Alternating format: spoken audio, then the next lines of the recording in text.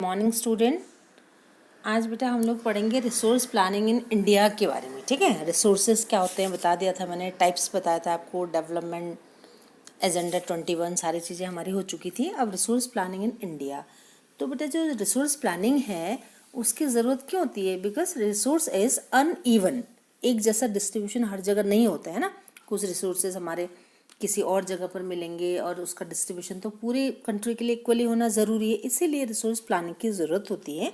ठीक है, तो रिसोर्स प्लानिंग ऑफ इंडिया के लिए यहाँ पर आपको बता रहे हैं the history of colonial reveals that resources in colonies were the main attraction of the foreign invaders। जो फॉरेन इन्वेडर्स लोग थे उन लोगों ने भी क्या किया था, रिसोर्सेज की,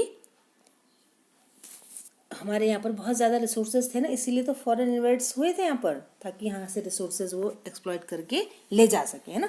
बट इंडिया में रिसोर्सेज के लिए क्या चीज़ें बता रहे हैं आपको कि resources planning is a complex process which involves, इसमें 3 कैटेगरीज हैं आपकी, ये आपको लर्न करनी पड़ेंगी। फर्स्ट है identification and inventory of resource across the region of the country. इसका क्या मीनिंग हुआ कि पूरे कंट्री में, है ना, जहाँ जहाँ पर अनइवन डिस्ट्रीब्यूशन है, सारी चीज़ें अलग अलग है, तो उसका पता लगाना कहाँ कहाँ पर कैसा है, और उसका एक मतलब एक वो बनाना, सारणी टाइप का बनाना। ठीक है, कॉलम। देन सेकेंड है the second stage related to involve planning structure endowed with the appropriate technology, skills and institution। मतलब इसका रिसोर्सेज का सही से यूज़ करने के लिए टेक्नोलॉजी बनाना, सिखाना, और वहाँ मतलब ये सब टेक्नोलॉजीज़ के लिए बड़े बड़े इंस्टीट्यूशन बनाने की ज़रूरत है ना, सेटअप करने के लिए। वो थर्ड है matching the resources of the country development plans with overall national development plan. जितने भी हमारे नेशनल डेवलपमेंट प्लान है उसके हिसाब से जहाँ जहाँ पर कैसे कैसे रिसोर्सेज है उसको मैच कराना। ठीक है, तो ये मैंने जैसे बताया कि हिस्ट्री जो कॉलोनियल पीरियड से ही हमारे यहाँ पर क्या था, चीज़ें यहाँ से बहुत एक्सप्लॉइट होके गई हैं, है ना, बाहर गई है। तो उससे आपको कैसा पता चल रहा है, कंजर्वेशन ऑफ रिसोर्सेज का संरक्षण करना। अब जैसे पहले चली गई बहुत सारी, इसी टाइप से अब भी ना हो, अब हमें सोच के फ्यूचर जनरेशन के लिए रख के यूज़ करना होगा। तो यहाँ पर आपको क्या बताया है, resources are vital for any development activity but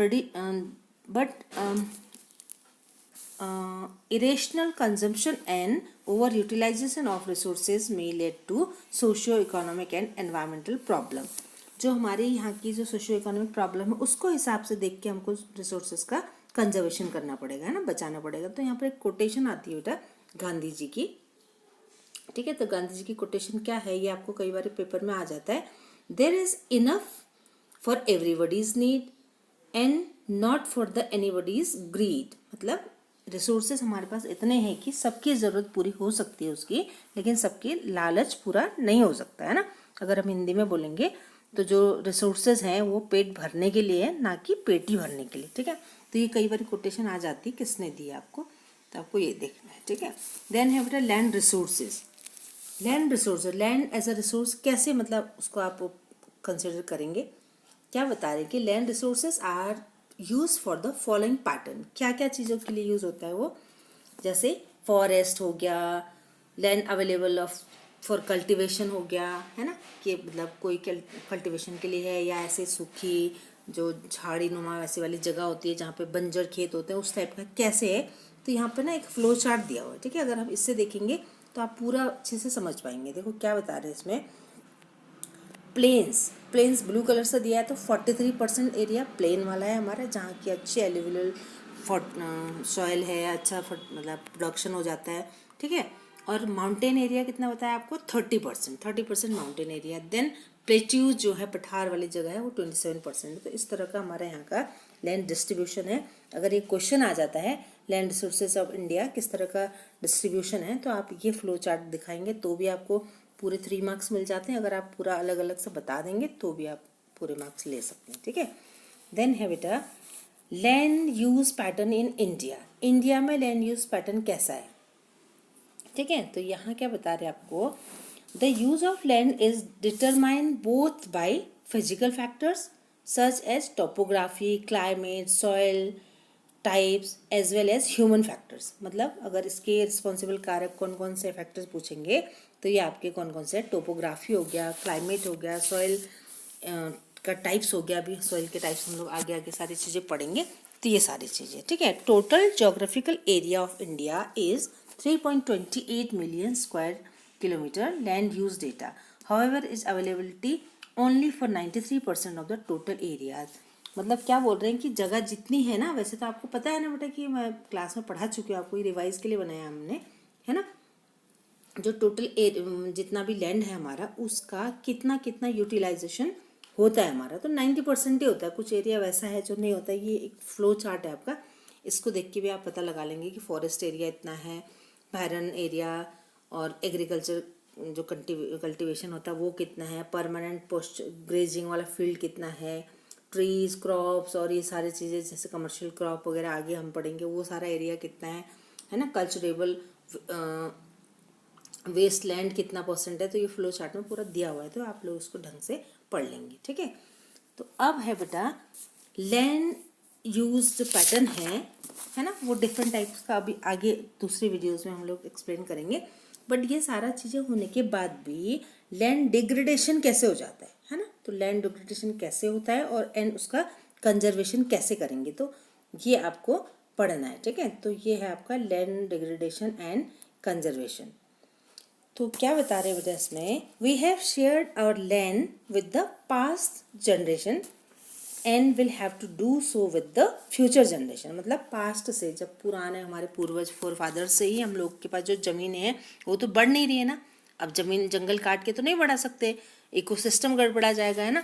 तो उसी को हमने किस तरह से सिस्टम रखना है कि आगे तक फ्यूचर जनरेशन के लिए भी वो चीज़ें हो सके, चल सके। तो वो चीज़ सोच के अगर हमको चलाना है तो ये बोल रहे हैं कि हम लोग अभी 95% of the our basic needs, 95% जो हमारी बेसिक नीड्स है, चाहे वो फूड की हो, शेल्टर की हो, क्लोथिंग की हो और क्या क्या चीज़ की हो,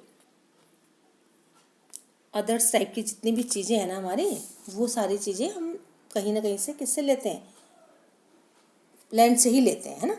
तो अब यहाँ क्या बता रहे हैं आपको कि human activities have not only brought about degradation of land but have also aggravated the pace of natural force to cause damage to the land।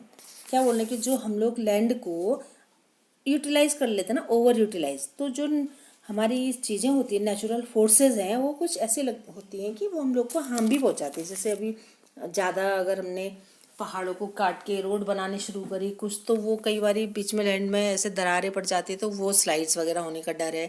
अभी आपने नेचुरल डिजास्टर देखा हमारे यहीं खुद उत्तराखंड में, तो डैम वगैरह बन रहे थे, तो उसके वजह से कहीं ना कहीं ग्लेशियर को हार्म हुआ उस वजह से। तो इस टाइप की चीज़ें होती रहती है। अगर हम लोग मतलब ओवर यूटिलाइज करेंगे तो वो हम लोगों को नुकसान भी होता है। तो उसको बचाने के लिए क्या क्या करना पड़ेगा हमें, तो at present there are about 130 million hectares of degrade land in India, approximately 28% of its belong to the category of forest degrade areas. मतलब पूरा जो अगर बता रहे हैं एरियाज कैसे कैसे हैं कि इस समय इंडिया में 13 करोड़ हेक्टेयर जो ज़मीन है वो डिग्रेड, मतलब उस ज़मीन ना ख़राब हो चुकी है। अभी हम लोग को इतना नहीं पता चल पाएगा कि कैसे ख़राब हुई है, बट बोलते हैं ना ख़त्म, मतलब उसकी जो उर्वरा शक्ति है वो ख़त्म हो गई है, अब वो अच्छी से मतलब फसल वगैरह नहीं दे रही है, तो बेकार हो गई हो जगह। इस टाइप की चीज़ें हैं, है ना।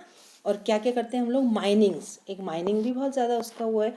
Mining sites are abundant after exhaustion work is complete, leaving deep areas and traces overburdening. मतलब जैसे कि अगर हम ज़्यादा अत्यधिक खुदाई वगैरह खनन वगैरह कर देते हैं खदानों में, जो भी माइंस होती हैं, तो वहाँ से भी मलबा वलबा ऐसे मतलब वो हो जाता है ख़राब। तो ऐसे जैसे झारखंड, छत्तीसगढ़, मध्य प्रदेश, यूपी, इस वाली जगह है ना, ये सारी जगह में भी जो लैंड डिग्रेडेशन है इसकी वजह से हो रहा है, क्योंकि हम लोग माइनिंग वगैरह वहाँ बहुत ज़्यादा करते हैं, ठीक है। अब एक और बता रहे हैं बेटा, माइनिंग के अलावा क्या क्या करते हैं, ओवर ग्रेजिंग वगैरह अगर लैंड की हो जाती है यूपी, पंजाब, हरियाणा इस साइड में, तो यहाँ पे भी लैंड डिग्रेडेशन होने की चांसेस रहते हैं, ठीक है। There are many ways to solve. अब क्या बोल रहे हैं, अगर हम इसको सॉल्व करेंगे ना, है ना, किस तरह से सॉल्व करना है उस प्रॉब्लम को, तो उसके लिए बता रहे हैं कि there are many ways to solve the problems of land degradation. Land degradation की जो प्रॉब्लम है उसको सॉल्व करने के लिए क्या क्या करना होगा इस टाइम पर। तो इसमें सर्वे हो रहे हैं बहुत सारे, है ना, तो उसमें आपको बताया है afforestation and project. received on PhonePe. There are many ways to solve the problem of land degradation. Afforestation and proper management of grazing can help the some extent. Planting of shelter, belts of plants, control on our grazing, establishment of sand dunes by growing thorny bushes, है ना। तो इस type से मतलब क्या क्या चीज़ें उन्होंने बताया कि इसको बचाने के लिए, मतलब भूमि जो खराब हो रही है हमारे, उसको बचाने के लिए क्या क्या करना पड़ेगा। जैसे कि बहुत ज़्यादा जो वैसा है, प्लांटेशन वगैरह करो, रिप्लांटेशन करो, और जहाँ पर ग्रेजिंग फील्ड है उसको थोड़ा सा सिस्टमेटिकली करो, है ना, बिल्कुल खाली नहीं होने दो, कुछ लगाते रहो उस पर। शेल्टर बेल्ट जो है उस वाली जगह को कंट्रोल करो, है ना। जो झाड़ियाँ वाड़ियाँ इस टाइप की चीज़ें होती है उसको लगा के भी, मतलब जो लैंड कटाव जो होता है उसको हम रोक सकते हैं, ठीक है। और भी बहुत सारे मैनेजमेंट तरीके करके, जैसे कि माइनिंग को ज़्यादा ना करना, या जो हमारा जैसे फैक्ट्रियों से निकला हुआ जो गंदा पानी वानी होता है उस सबको कुछ ऐसी जगह पे उसको कर दो, है ना, हर जगह खुला मत छोड़ो उसको। तो इस टाइप से हम लोग बहुत सारी चीज़ें करके क्या कर सकते हैं, लैंड को डिग्रेडेशन होने से बचा सकते हैं या लैंड का कंजर्वेशन कर सकते हैं, ठीक है बेटा। तो नेक्स्ट हम लोग नेक्स्ट वीडियो में पढ़ेंगे। ओके बेटा, हैव अ नाइस डे।